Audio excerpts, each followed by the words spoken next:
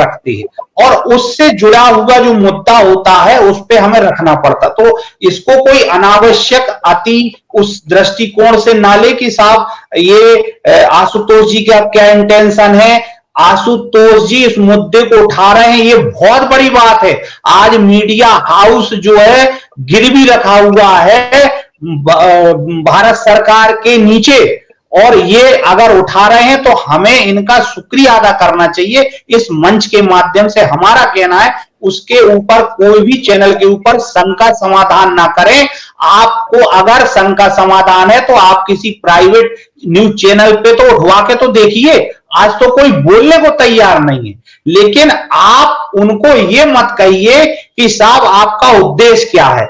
देखिए, किसी भी विषय पे उठाने के लिए वो पूरी तरीके से बुरा नहीं हो सकता वो मुद्दा, उसमें अच्छाई भी रहती, उसमें बुराई भी रहती है। उसकी अच्छाई की भी चर्चा करनी पड़ेगी, उसके बुराई की भी चर्चा करना पड़ेगी, तभी वो मुद्दा बनता है और तभी उसकी डिबेट सफल मानी जाती है। बुराई बुराई करके हम उसको डिबेट को हम एक सही दिशा में नहीं ले जा सकते। उसके दोनों पहलुओं को हमें खंगालना पड़ता है और फिर एक सही डिबेट होकर उसके सही निष्कर्ष पे पहुंचते हैं। मैं इस मंच के माध्यम से सिर्फ इतना ही कहना चाहता हूं, सहारा शुरू से बुरी नहीं थी। सहारा इंडिया फाइनेंशियल कॉर्पोरेशन के बाद उसमें जो कमियां आई हैं या जो उसमें गलतियां हुई हैं वो फाइनेंशियल के बाद हुई हैं। इसके पहले सहारा की और सुब्रत राय साहब की नीयत में कोई खोट नहीं था। यहां तक कि फाइनेंशियल का भुगतान भी उन्होंने विषम परिस्थितियों में कंपनी ने किया और बड़े अच्छे तरीके से किया। रियल एस्टेट और हाउसिंग से जो है कंपनी की स्थिति बिगड़ी, तो उसके पहले जो हुआ है उसकी तारीफ करना आशुतोष जी का फर्ज भी है और आशुतोष जी को करना भी चाहिए। मैं कहता हूं इसमें कोई गलत नहीं है। और जहां तक बात रही सुब्रत राय साहब की, तो देखिए किसी भी कंपनी में अच्छे बुरे लोग होते हैं, उस पर चर्चा होना चाहिए। इस मंच के माध्यम से सिर्फ मैं इतना कहना चाहता हूं कि आशुतोष जी सिर्फ एक हिंदुस्तान के मुद्दे पे जिससे करोड़ों लोग प्रभावित हैं उस मुद्दे को उठा रहे हैं। सिर्फ उनका उद्देश्य इतना ही है। अब उसमें पक्ष की भी बात करेंगे और विपक्ष की भी बात करेंगे। इतना कहकर मैं थैंक यू संजय जी। आप गेंदालाल जी मुझे बोलिए बोल लीजिए। हाँ सर, अभी मैंने आपसे सवाल किया था और मुझे जवाब भी आपसे चाहिए थे। मैंने पहले बोला कि नागेश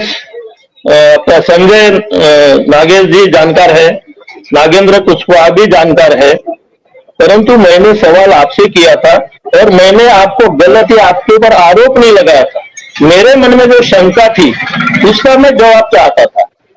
मैंने आपको गलत कर रहे ये भी नहीं बोला अभी तक, और गलत कर रहे ऐसा भी मेरा मानना नहीं है।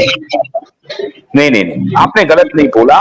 देखिए, मेरा इतिहास रहा है कि मैं कैंपेन जर्नलिज्म का इस देश में, अभी आपने देखा होगा एक ग्रुप था जो एक समय में उठाया था कैंपेन जर्नलिज्म को। मैं ये नहीं कहता हूं कि मैंने शुरुआत की, लेकिन कैंपेन जर्नलिज्म को अगर आगे बढ़ाने, कैंपेन जर्नलिज्म का मतलब होता है कि किसी एक मुद्दे पर बने रहना तब तक जब तक कि उसका समाधान ना हो जाए, कोई लॉजिकल कंक्लूजन तक ना हो जाए। Yes, you are right. You are 100% right. तो ये You are 100% right. को लेता हूं, उस पर बना हुआ हूं, कॉन्स्टेंटली बना हुआ हूं। अभी जब मैंने कोविड के इशू को लिया, उस पर कंक्लूजन करवाया और मैंडेट हटवाया, नहीं तो आपको जबरदस्ती पकड़ करके लगवाया जाता, अभी रोक देते और घंटों तक आपको ब्लॉक किया जाता। तो उसकी भी लड़ाई हम लोगों ने कोर्ट में लड़ी। अब हम लोग ये दो मुद्दे को उठा रहे हैं, देखते हैं इसमें हम लोगों को कितनी सफलता मिलती है। हमारा इंटेंशन सिर्फ इतना है कि हम एक ऐसी पत्रकारिता को आगे बढ़ा रहे हैं जिसमें कि मुद्दे को अगर आपने उठाया, उठा करके छोड़ दिया, हो गया, भूल गए, ऐसा नहीं है।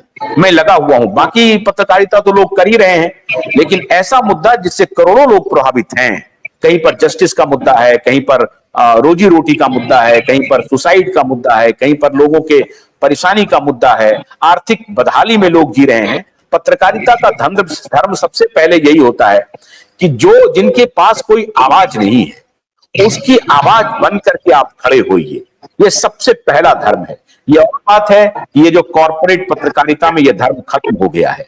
आपको नहीं मालूम है कि मुझे कितने जद्दोजहद झेलने पड़ते हैं इस मीडिया को चलाने में। मुझे कोई स्पॉन्सर नहीं करता है, मुझे पब्लिक स्पॉन्सर करती है। अगर आप स्पॉन्सर करेंगे तो मुझे और शक्ति मिलेगी। मुझे कोई स्पॉन्सर नहीं करता है। तो ये इस तरीके से मुझे कंपनी चलानी पड़ती है ताकत लगाने के लिए। मुझे कोई एडवर्टाइजर नहीं आता है करने के लिए कि मैं आपको क्यों कि सरकार के खिलाफ खड़ा हूं, बड़ी बड़ी कंपनियों के खिलाफ खड़ा हूं, कौन मुझे देगा एडवर्टीजमेंट। तो ये पब्लिक सेंट्रिक पत्रकारिता का मतलब है कि पब्लिक अगर उसे सपोर्ट करेगी तो पत्रकारिता जिंदा रहेगी। और आप लोगों से मैं ये कहता हूं कि भाई आप लोग भी सपोर्ट करिए, तभी हम ये आवाज को उठा पाएंगे, नहीं तो लंबे समय तक नहीं उठा पाएंगे। आप समझिए बात को। लेकिन फिर भी हम लड़ रहे हैं और लड़ते रहेंगे। ये कैंपेन जर्नलिज्म हमारा स्ट्रगल है। तो आप बोल लीजिए, मैं क्लोज करूंगा। You may be right sir, you may be 100% right, परंतु मैंने अभी तक आपको सवाल किया, गलत नहीं बोला। मेरा ये कहना था कि नागेंद्र कुशवाहा जी ने मुझे नागेंद्र कुशवाहा जी से जवाब नहीं चाहिए था, संजय नायक जी से जवाब नहीं चाहिए था। बिल्कुल, मैं सिर्फ इतना मैं भी कुछ बोलना चाहता हूँ, बताना चाहता हूँ। ये नहीं कि आपके इस डिबेट कार्यक्रम में I fully agree with your question and I replied you that I do all my journalism with all conviction. समझे, उसमें एक जिम्मेदारी है, अकाउंटेबिलिटी है और वॉइस ऑफ वॉइसलेस बने हुए हैं हम उनकी आवाज बने हुए हैं जिनको कोई आवाज नहीं दे रहा है। और देखते हैं कि ये आवाज हम कब तक उठाते हैं। कहीं ऐसा ना हो जाए कि हम भी मजबूर हो जाएं, क्योंकि हम कब तक लड़ेंगे देखते हैं। लेकिन हम कोशिश कर रहे हैं कि न्याय दिलाने तक लड़ते रहें। तो बहुत बहुत शुक्रिया आप सबका, आपके अच्छे सवाल के लिए भी और अच्छी राय के लिए भी बहुत बहुत धन्यवाद। कल हमारी आपसे फिर मुलाकात होगी, तब तक के लिए आशुतोष को मत दीजिए। नमस्कार।